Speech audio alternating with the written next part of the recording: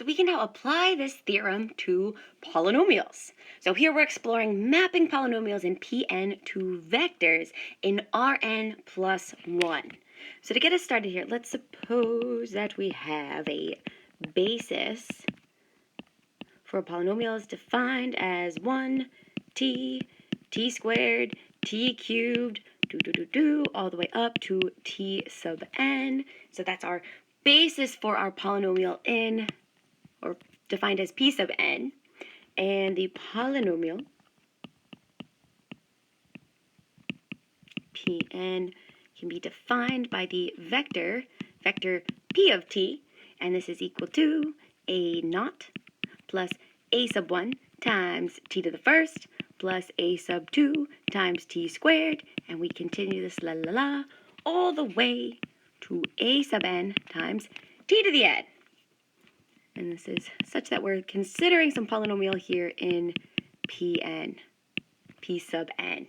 So using our understanding of coordinate vectors, we can now say that then the coordinates of polynomial p relative to this basis is defined as the column vector of the coefficients, or our weights, a naught, a sub 1, all the way down to a sub n.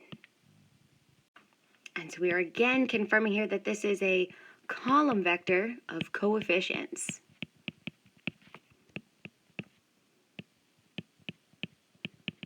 Again, coefficients, or the weights of your linear combination, the scalars of your linear combination. However, it's easiest for you to remember. So why does a polynomial p sub n map to Rn plus 1? You may be asking yourself, and that's a very fair question. So to put it simply, for a polynomial in p sub n, we need n plus 1 spaces or entries for the vector in R. So we have for a polynomial in Pn, or p sub n, we need n plus 1 spaces or entries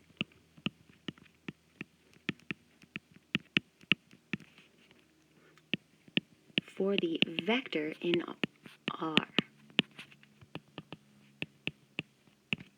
So to better help us understand this, let's consider some polynomial in p sub 2.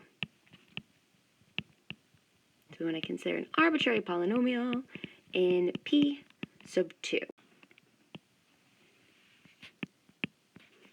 So we have vector p of t is defined as a naught times t naught, or t to the 0, plus a sub 1 times t to the first, plus a sub 2 times t squared.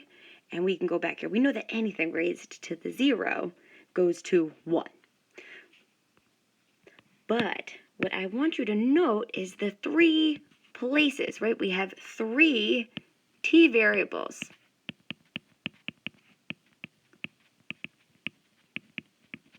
And so if we take this vector equation here and we rewrite this in a matrix equation form, we have 1t and t squared as the columns of our matrix multiplied by the column vector a naught, a sub 1, a sub 2.